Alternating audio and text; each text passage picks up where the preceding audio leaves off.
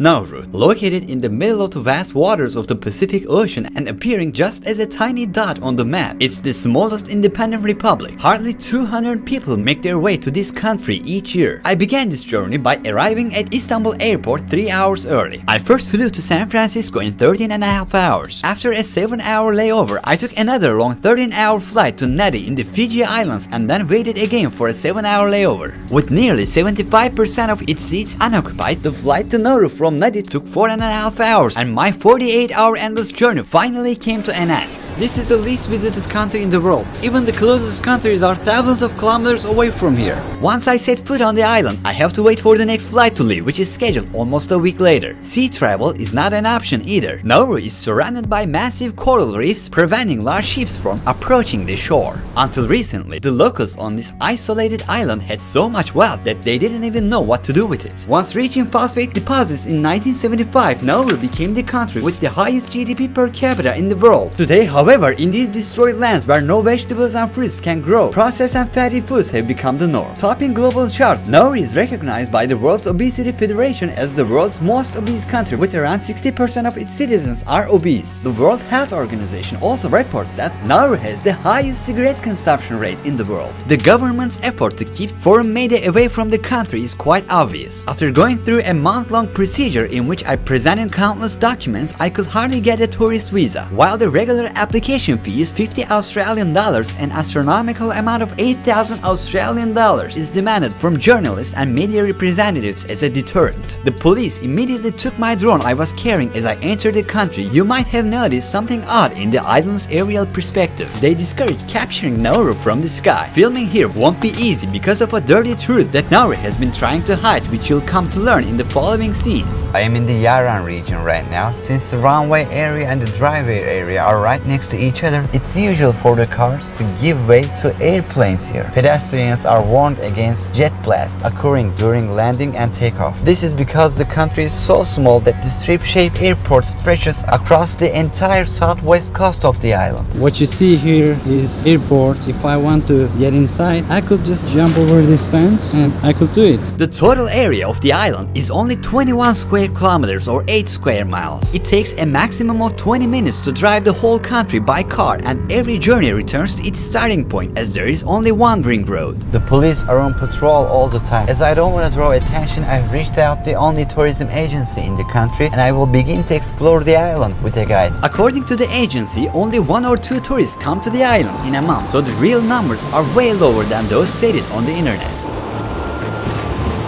What do you do in your free time on the island? Volleyball. So what do you do in your free time on the island?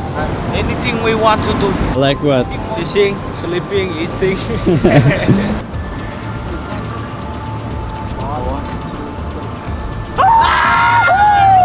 1, 2, 3. Woohoo! Get out of here, boy.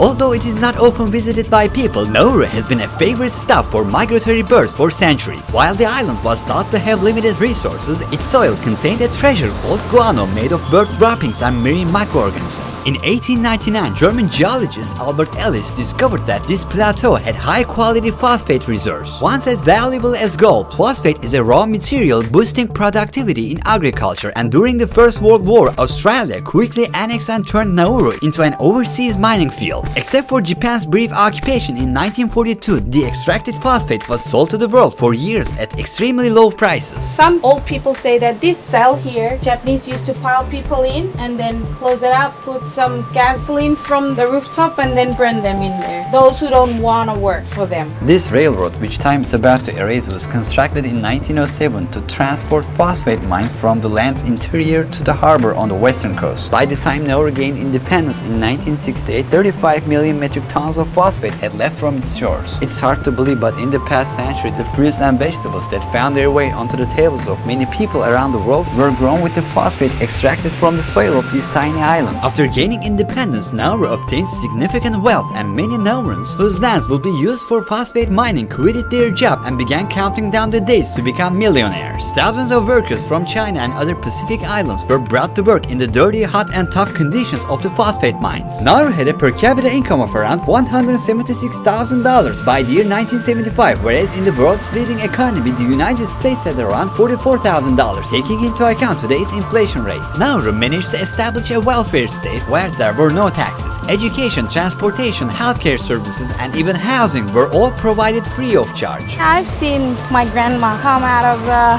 bank with the pillowcase. They put all their money inside and just walk out with the money. Spend it all up. I heard that there was a police officer who bought a Lamborghini, but he realized that he did not fit into the Yes. car and dumped it. Is it true? Yes, that's true.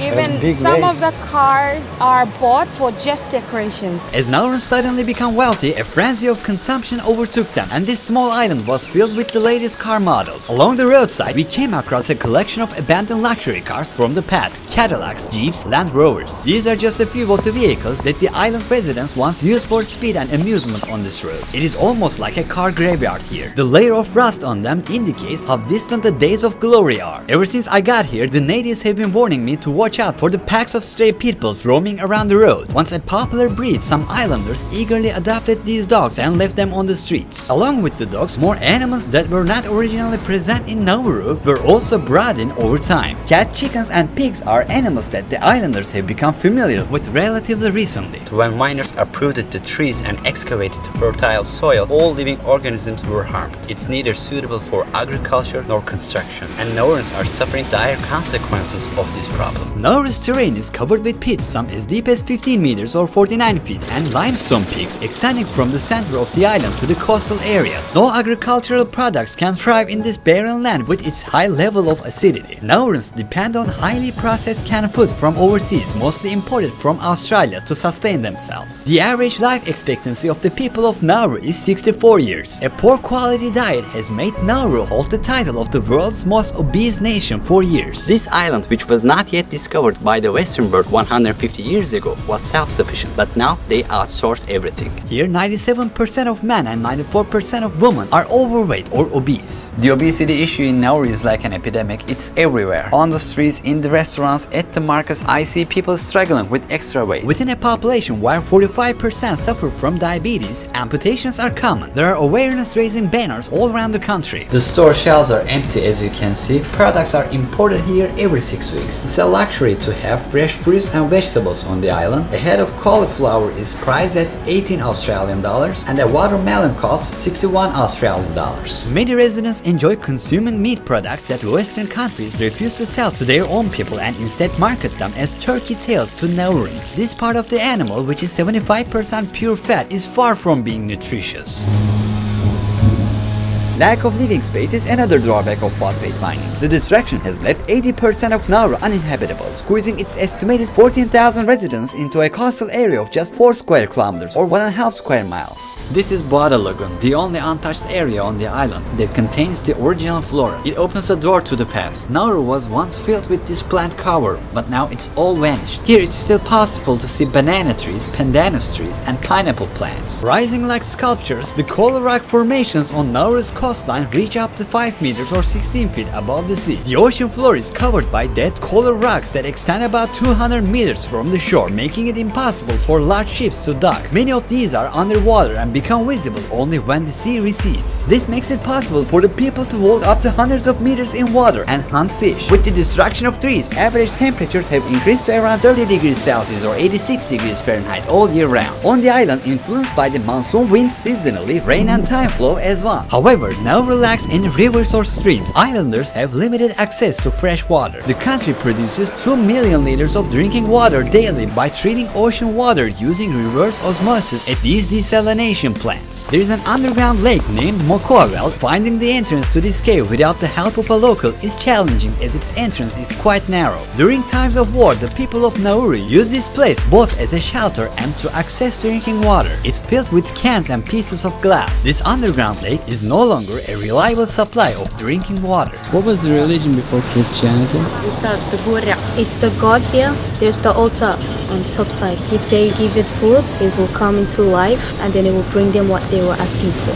Is there anyone who still believes in Buddha? Some. They believe that this water here, and they've witnessed that if you come and take a dip, It will heal your skin or maybe some other diseases. There is no official capital city in the country. However, Yarran district contains all of the institutions such as the Parliament House, embassies, the country's only police station, fire department and the airport. There are only 11 schools here, including 3 high schools and a state university. Almost everyone on the island is fluent in English. The locals speak Nauruan as their first language. For example, the name Nauru itself originates from Nauruan term Anoero, which means I go to the beach. How do you say hello? Waiting. Yeah. Waiting. How about how are you? Como urmo. Omo. I came to the parliament building where Nauru is governed. Contrary to the expected formal setting, it reflects the relaxed atmosphere of the island. There was no security at the entrance and I have been allowed to take photos and videos with my phone. With only 19 seats, Nauru's parliament is one of the smallest in the world. If those here knew about the scenes I will show you later in the video, they would probably think twice about letting me be here. By the 1970s, the Nauru government realized that their phosphate reserves ending and they mirrored oil-rich Middle Eastern nations by investing in overseas properties, including Nauru House in Melbourne, Nauru Tower in Hawaii, Pacific Star Hotel in Guam, Pacific House in Washington, the Grand Pacific Hotel in Fiji, and many more. However, corruption and mismanagement put the government into a deficit of millions of dollars per year throughout the 1990s, and the savings from the phosphate quickly went up in smoke. In an effort to sustain its welfare, the government aimed to turn the country into a tax haven and got involved in a money laundering scandals with drug cartels, the Russian mafia, and organizations like Al-Qaeda. Nauru issued license to over 400 foreign banks under a system that didn't require branching and allowed optional record keeping. During that period, the Russian mafia alone laundered an estimate of $70 billion through the banks in Nauru. As a result of international pressures, the country put an end to illegal offshore banking activities and has been compelled to use a cash-based economy since 2004. The Australian dollar is the official currency of Nauru. A few and only ATMs in the country don't have money either. I brought some cash with me because credit cards are also not accepted here. Following efforts to prevent money laundering, only one bank, which is Australian, currently operates in the country. As the year 2000 approached, phosphate reserves had run dry and phosphate export fell to 1% compared to its peak period. The country's central bank collapsed and its properties abroad were sold off one by one. We see the excavation machines in action as we move through the topside. The country still continues to extract phosphate on a small scale. If they discover another phosphate mine here, will you support mining it? I'll just say leave the nature alone, because digging to the ground, we're gonna sink. 52% of the population lives at or below the poverty line and tries to survive on aid from the church. In low-income areas, stress triggers high levels of tobacco consumption. Roughly 1 out of every 2 individuals above the age of 15 consume cigarettes on the island. There are a total of 5 beaches on the island and they have been partially littered with rubber tires and trash. Nauru agreed to accept unwanted refugees from Australia in exchange for financial support in 2001. Around 1,000 refugees, mostly of Afghan, Iraqi and Iranian descent, were transported to Nauru and detained for an indefinite period. On the top side, 3 refugee camps were established. People were forced to stay in plastic tents for years under the scorching sun without regular access to clean water. Many tried to escape from inhuman, miserable conditions and uncertain future by ending their lives. The ones who suffered the most from this situation were the children, who made up the majority of the camps. Australia was spending an average of $550 million each year to maintain these camps. In other words, the Nauru government made a profit of $500,000 for each refugee held captive on the island. As I tried to get to these hidden areas, suddenly barricades appeared in my way. They had blocked all the roads leading to the camps located in the 3 different spots in the topside. I found a way to shoot from the outside. For around 2 decades, these camps became the scene of numerous individuals losing their lives due to medical negligence, accidents, and taking one's own life. Recent reports indicate that these places are now completely empty. However, the locals have no specific knowledge about this matter. Currently, Nauru is counting down the days to engage in deep-sea mining in collaboration with the Canada-based metals company. Their plan is to extract polymetallic stones that only grow a few millimeters per million years. These stones containing metals such as cobalt, nickel, copper, and manganese found in batteries will be the energy source of the near future. Scientists warn that these mining operations, putting marine life at risk, could potentially reduce the ocean's capacity to absorb carbon and accelerate climate change. The illusion of wealth that suddenly Nauru got itself into in late 19th 1960s caused a generation to not understand the importance of artwork and education. The government did not make future plans and exhausted all the nation's resources. It seems almost impossible to build a better future here without the necessary motivation, skills, and knowledge. This small island with wounds that can never be healed basically stands before us as a summary of what is going on in the world and as a lesson that humanity should always remember. Thank you for watching this documentary. I hope it added a value to your worldview perspective. Don't forget to subscribe to my YouTube channel. See you in the next one. Ruhi Chenet was here.